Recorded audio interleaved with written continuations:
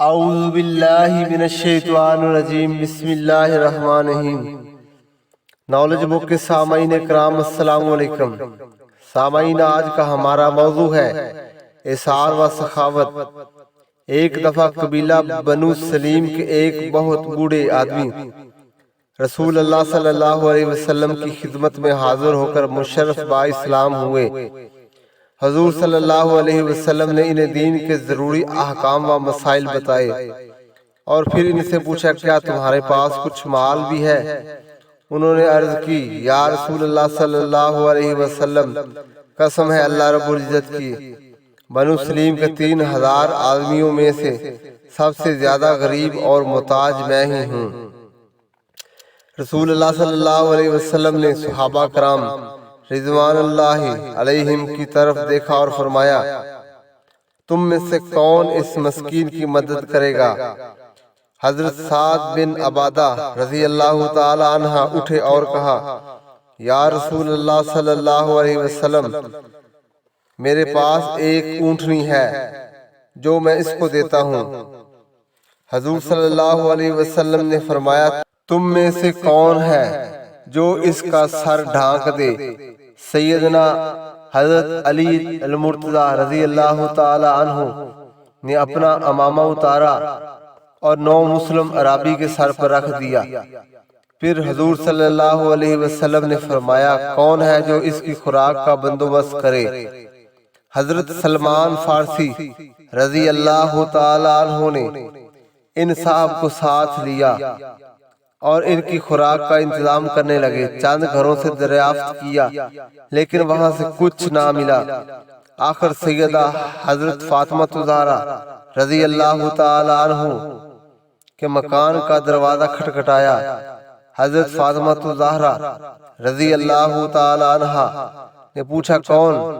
حضرت سلمان فارسی رضی اللہ تعالی عنہ نے سارا واقعہ بیان کیا اور التجا کی، اے سچے رسول صلی اللہ علیہ وسلم کی بیٹی، اس مسکین کی خوراک کا بندوبست کیجیے گا۔ سیدہ حضرت فاطمہ الزہرا رضی اللہ تعالی عنہا نے آپ دیدہ ہو کر فرمایا، اے سلمان، خدا کی قسم، آج سب کو تیسرا فاقہ ہے۔ دونوں بچے بھوکے سوئے ہوئے ہیں لیکن سائل کو خالی نہ جانے دوں گی۔ جاؤ، یہ میری چادر شمعون یہودی کے پاس لے جاؤ اور اس سے کہو کہ فاطمہ رضی اللہ تعالی عنہا بنت محمد صلی اللہ علیہ وسلم کی یہ چادر رکھ لو اور اس کے عوض اس مسکین کو کچھ کھانا دے دو۔ حضرت سلمان فارسی رضی اللہ تعالی عنہ نے عرابی کو ساتھ لے کر شمعون کے پاس پہنچے اور اس سے تمام کیفیت بیان کی۔ وہ دریائے حیرت میں غرق ہو گیا۔ اس کی سمجھ میں نہیں آتا تھا کہ دنیا میں ایسے لوگ بھی ہیں جو خود بھوکے رہ کر دوسروں کو کھانا کھلاتے ہیں۔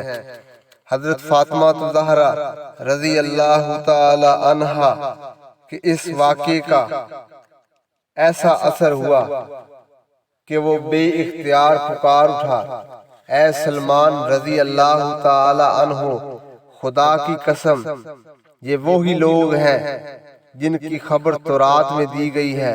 تم گواہ رہنا کہ میں حضرت فاطمہ رضی اللہ تعالی عنہا کے باپ حضور سرور کونین صلی اللہ علیہ وآلہ وسلم پر ایمان لایا۔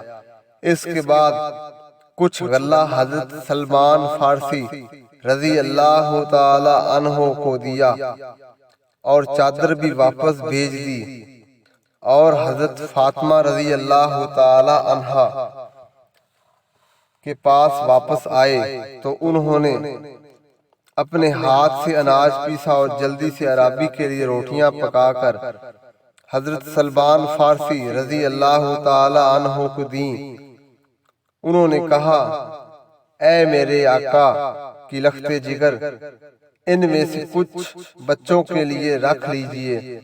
حضرت فاطمہ رضی اللہ تعالی عنہ نے جواب دیا، اے سلمان رضی اللہ تعالی عنہ، جو چیز میں راہ خدا میں دے چکی ہوں وہ میرے بچوں کے لیے جائز نہیں۔ حضرت سلمان فارسی رضی اللہ تعالی عنہ روٹیاں لے کر حضور صلی اللہ علیہ وآلہ وسلم کی خدمت میں حاضر ہوئے۔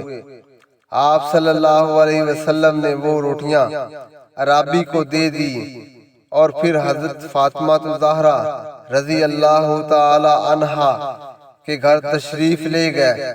ان کے سر پر اپنا دست شفقت پھیرا، آسمان کی طرف دیکھا اور دعا کی، یا الہی فاطمہ رضی اللہ تعالی عنہا تیری بندی ہے، اس سے راضی رہنا۔ ایک دفعہ کسی نے سیدہ فاطمہ الزہرا رضی اللہ تعالی عنہا سے پوچھا 40 اونٹوں کی زکوٰۃ کیا ہوگی؟ سیدہ رضی اللہ تعالی عنہا نے جواب دیا، تمہارے لیے صرف 1 اونٹ، اور اگر میرے پاس 40 اونٹ ہوں تو میں سارے ہی راہ خدا میں دے دوں۔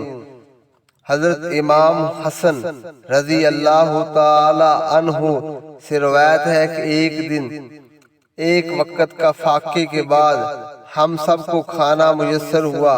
والد بزرگوار حضرت علی رضی اللہ تعالی عنہ اور حسنین کریمین رضی اللہ تعالی عنہ اور میں کھانا کھا چکا تھا، لیکن والدہ صاحبہ نے ابھی تک کچھ نہیں کھایا تھا۔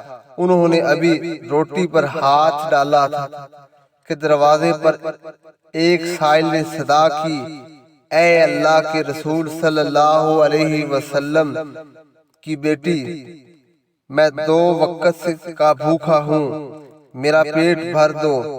والدہ محترمہ نے فوراً کھانے سے ہاتھ اٹھا لیا اور مجھ سے فرمایا، جاؤ یہ کھانا سائل کو دے آؤ، مجھے تو ایک ہی وقت کا فاقہ ہے اور اس نے 2 وقت سے نہیں کھایا۔